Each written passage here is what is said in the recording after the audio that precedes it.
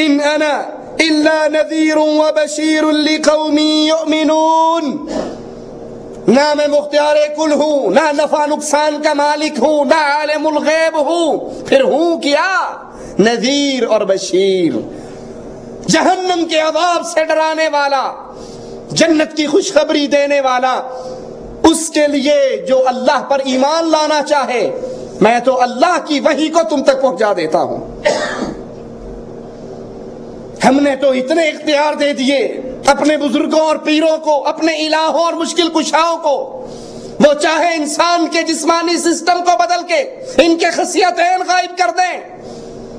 وہ چاہے ان کے بچے اپنے منہ سے جس کو جہنمی کہے وہ جہنمی، جس کو جنتی کہے وہ جنتی، وہ چاہے تو مرنے کے بعد قبر کی مٹی میں شفا ملاتے رہے۔ اور قرآن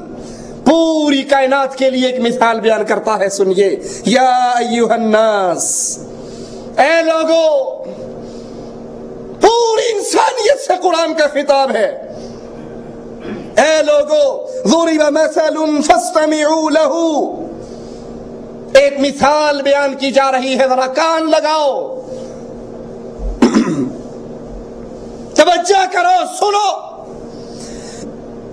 ان الذین تدعون من دون اللہ، تم اللہ کے علاوہ جس کو پکارتے ہو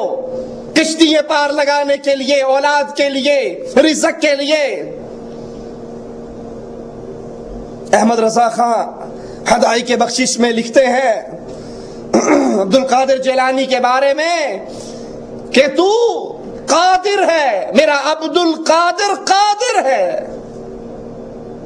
اور مختار ہے بابا تیرا، تو قادر ہے ہر چیز پر، اور تیرے بابا محمد صلی اللہ علیہ وسلم وہ مختار کل ہے جو چاہتے ہیں کر گزرتے ہیں۔ اور قرآن کیا کہتا ہے؟ ان الذین تدعون من دون اللہ، تم اللہ کے علاوہ جن کو پکارتے ہو، لن یخلقوا ذبابا، جن کو پکارتے ہو، کوئی علی کو پکار رہا ہے، کوئی رسول اللہ کو پکار رہا ہے، کوئی پنجتن پاک کو پکار رہا ہے، کوئی بہاول حق کو پکار رہا ہے، کوئی خواجہ غریب نواز کو پکار رہا ہے، کوئی بابا علی حجویری کو پکار رہا ہے، پوری کائنات میں جن کو پکارتے ہو، انہوں نے تو تم سمجھتے ہو یہ اولاد دے دیتے ہیں، بچے ان کی وجہ سے ملتے ہیں، لن یخلقوا ذبابا، انہوں نے تو کبھی ایک مکھی کو بھی پیدا نہیں کیا، وَلَوْ اجْتَمِعُوا لَهُ، یہ سارے دھرتی کے بنے ہوئے الہ اکٹھے ہو جائیں مل کر بھی ایک مکھی کو پیدا نہیں کر سکتے۔ وَإِن يَسْلُبْهُمُ الذُّبَابُ شَيْئًا، مکھی بنانا تو بڑی دور کی بات ہے، یہ سارے بابے بزرگ پیر فقیر اکٹھے ہو کر بیٹھ کر کھانا کھانا شروع کریں اور اللہ کی ایک مکھی اڑتی ہوئی آئے اور ان کے حلوہ شریف میں سے وہ کچھ اٹھا لے اپنا حصہ، لا يستنقذوه من، یہ ان مکھی کے پاؤں سے اس کھانے کو چھین نہیں سکتے۔ ضعف الطالب والمطلوب، پیر بھی کمزور ہے، مرید بھی کمزور ہے، جو مانگ رہا ہے وہ بھی کمزور، اور اللہ کو چھوڑ کر جس سے مانگ رہا ہے وہ بھی کمزور۔ ما قدر اللہ حق قدری، ان ظالموں نے، غیر اللہ کو پکارنے والوں نے اللہ کی قدر نہیں کی۔ ان اللہ لقوی عزیز، قوت والا، غلبے والا تو صرف ایک اللہ ہے، باقی سب اس کے در کے منگتے، اس کے در کے محتاج، اس کے در کے فقیر، اس کے در کے بکاری ہے۔ والذین تدعون من دونه ما یملکون من قطمیر، تم تو ان کو مختار کل سمجھتے ہو اور مالک کہتا ہے تم جن کو پکارتے ہو وہ کھجور کی گٹھلی پہ جو دھاگا ہوتا ہے دیکھا ہے کبھی؟ اس کے بھی مالک نہیں ہے۔ پوری دنیا کے پیر و فقیر بزرگ کھجور کی گٹھلی پہ ایک دھاگا، ڈوبی ہوئی کشتیاں پار لگانا تو بہت بڑا کام ہے، سوکھی ہوئی گود کو ہری کر دینا تو بہت بڑا کام ہے، مقدمے میں پھنسے ہوئے کو بری بری سرکار بری میری کھوٹی قسمت کرتے ہری، ان مقدمات سے نکالنا تو بہت بڑا کام ہے۔ اللہ مالک کہتا ہے کھجور کی گٹھلی پہ جو دھاگا ہے یہ اس کے بھی مالک نہیں ہے۔ ان تدعوہم، ان کو پکارو، اگر تم ان کو پکارو، لا يسمعوا دعاءکم، یہ تمہاری دعا کو سن ہی نہیں سکتے۔ تم کہو یا حضرت، تم کہو 12ویں امام مر گئے، مارے گئے، پیڑا غرق ہو گیا،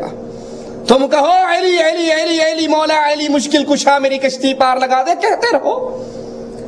ان تدعوہم لا يسمعوا دعاءکم،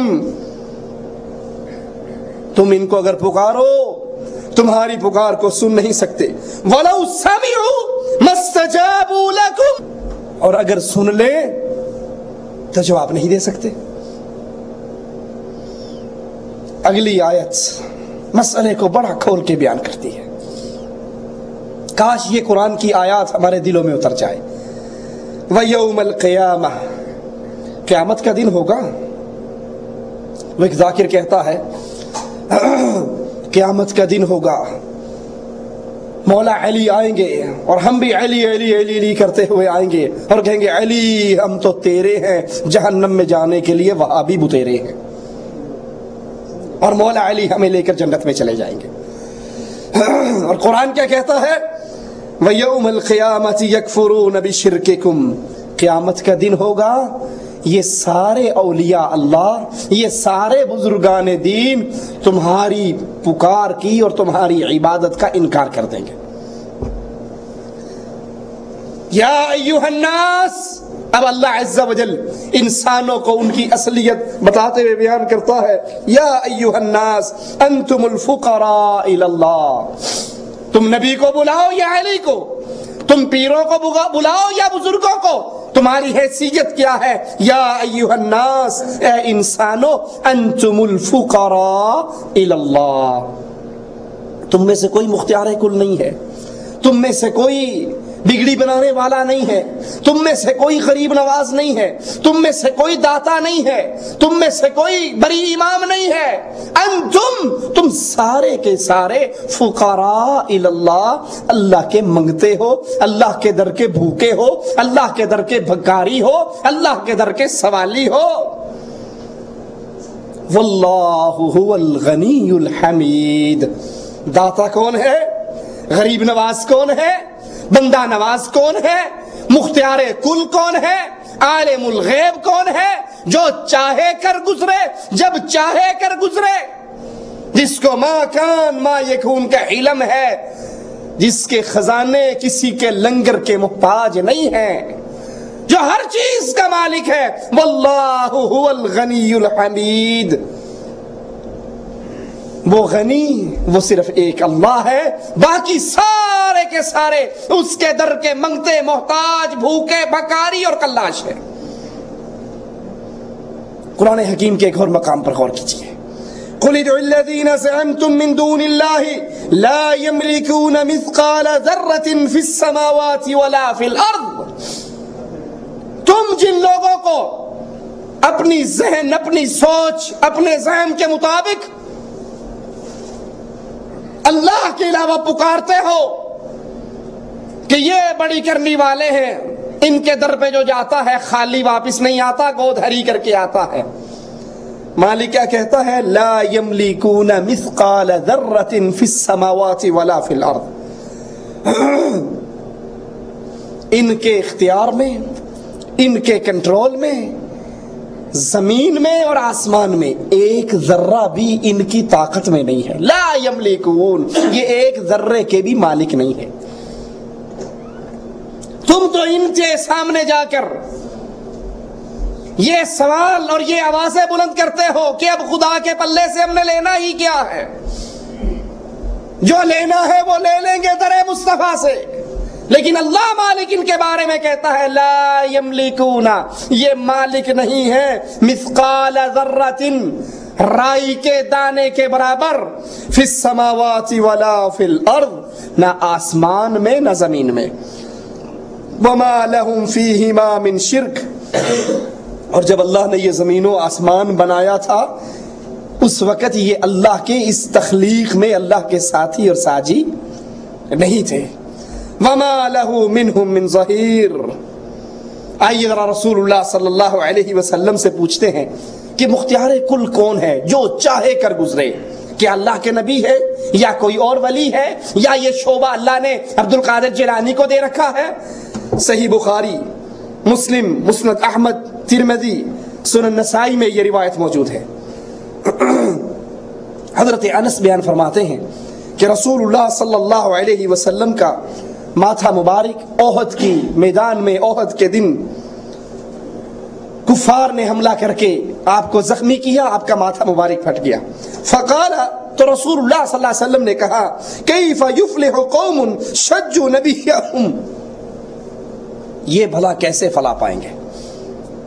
آپ نے بھی سنا نا احمد رضا خان بریلوی صاحب کی کتاب کے اندر کہ ننگے مادر زاد ولی نے کہہ دیا یہ جنتی تو جنتی، یہ جہنمی تو جہنمی۔ اس طرح کے کروڑوں بھی ہوں تو میرے نبی کے قدموں سے اڑنے والی مٹی کے ایک ذرے کے برابر نہ یہ پیر اور مولوی بن سکتے ہیں، نہ ان کے مرید بن سکتے ہیں۔ ساری کائنات ایک پلڑے میں اور محمد رسول اللہ ایک پلڑے میں ہو تو پوری کائنات مل کر نبی کے برابر۔ یہ تو کہتے ہیں کہ ہمارے بزرگوں نے جو کہہ دیا وہ ہو کر رہتا ہے، اور ادھر صحیح بخاری، صحیح مسلم، مسند احمد، ترمذی، نسائی میں یہ حدیث موجود ہے کہ احد کا میدان ہے، حضرت انس راوی ہیں، کفار نبی کا ماتھا پھاڑ رہے ہیں اور نبی علیہ الصلوۃ والسلام کی زبان مبارک سے جملہ نکل رہا ہے کیف یفلح قوم شجوا نبیہم، یہ کیسے فلاح پائیں گے جنہوں نے اپنے نبی کا ماتھا پھاڑ دیا۔ کسی پیر نے کہا، کسی مولوی نے کہا، کسی تعویذ فروش نے کہا، یہ امام الانبیاء محمد الرسول اللہ صلی اللہ علیہ وسلم نے کہا یہ فلاح نہیں پا سکتے۔ تو فوراً قرآن حکیم کی یہ آیت اتر آئی لیس لک من الامر شیء، اے نبی تیرا کوئی اختیار نہیں ہے، تجھے یہ کہنے کی کوئی اتھارٹی نہیں ہے کہ یہ فلاح نہیں پا سکتے۔ سورۃ آل عمران ہے، آیت نمبر 128 ہے لیس لک من الامر شیء او یتوب علیہم او یعذبہم فانہم ظالمون، اے نبی تیرا اختیار نہیں ہے، اللہ چاہے ان کو جن کے بارے میں تو نے کہا یہ فلاح نہیں پا سکتے، چاہے ان کو معاف کر دے اور چاہے ان پر عذاب اتار دے، انہوں نے تجھ پہ ظلم کیا ہے، لیکن تجھے یہ کہنے کا اختیار نہیں یہ فلاح کیسے پائیں گے۔ احد کا جب حملہ بیک سائیڈ سے ہوا اس کی پلاننگ کس نے کی تھی؟ خالد ابن ولید نے رضی اللہ عنہ وارضاہ۔ پھر اللہ کے نبی نے کیا کہا تھا؟ یہ فلاح نہیں پائیں گے، اور خالد ابن ولید کو پھر اللہ نے کیا بنایا؟ سیف اللہ۔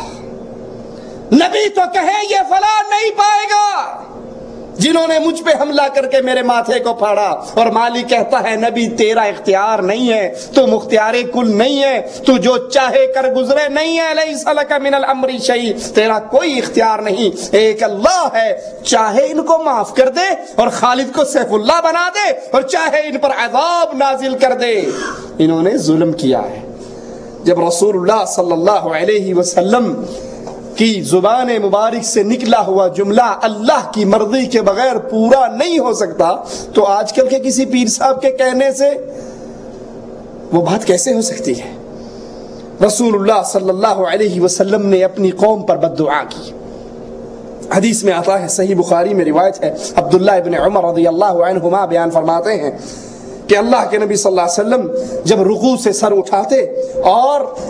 سر اٹھانے کے بعد آخری رکعت میں فجر کی نماز میں دعا کر کے کہتے اللہ فلاں پہ لعنت کر، فلاں پہ لعنت کر، فلاں پہ لعنت کر، یدعو علی صفوان ابن امیہ، صفوان بن امیہ پر لعنت کرتے، سہیل بن عمر پہ لعنت کرتے، حارث بن ہشام پہ لعنت کرتے۔ اللہ کے نبی عام بات نہیں کر رہے زبان سے، نماز فجر کے اندر قنوت نازلہ پڑھ رہے ہیں اور اللہ کے سامنے ہاتھ اٹھا اٹھا کے سوال کر رہے ہیں اللہ فلاں پہ لعنت، فلاں پہ لعنت، اور مالک اپنے قرآن کی اس آیت کو اتار دیتا ہے لیس لک من الامر شیء، اے نبی تیرا کوئی اختیار نہیں ہے، تیرا اختیار نہیں ہے کہ فلاں برباد ہو اور فلاں بچے، یہ ایک اللہ مختار کل ہے، وہ جس کو چاہتا ہے ہدایت دے دیتا ہے اور جس کو چاہتا ہے برباد کر دیتا۔ جب اللہ کے رسول علیہ السلام کا یہ مقام اور یہ اتھارٹی نہیں، تو پھر آج کل کے پیر و فقیر، آج کل کے مولوی اور ملا کے اندر یہ صفت کیسے آ سکتی ہے؟ صحیح بخاری میں ہے، رسول اللہ صلی اللہ علیہ وسلم پر جب یہ آیت نازل ہوئی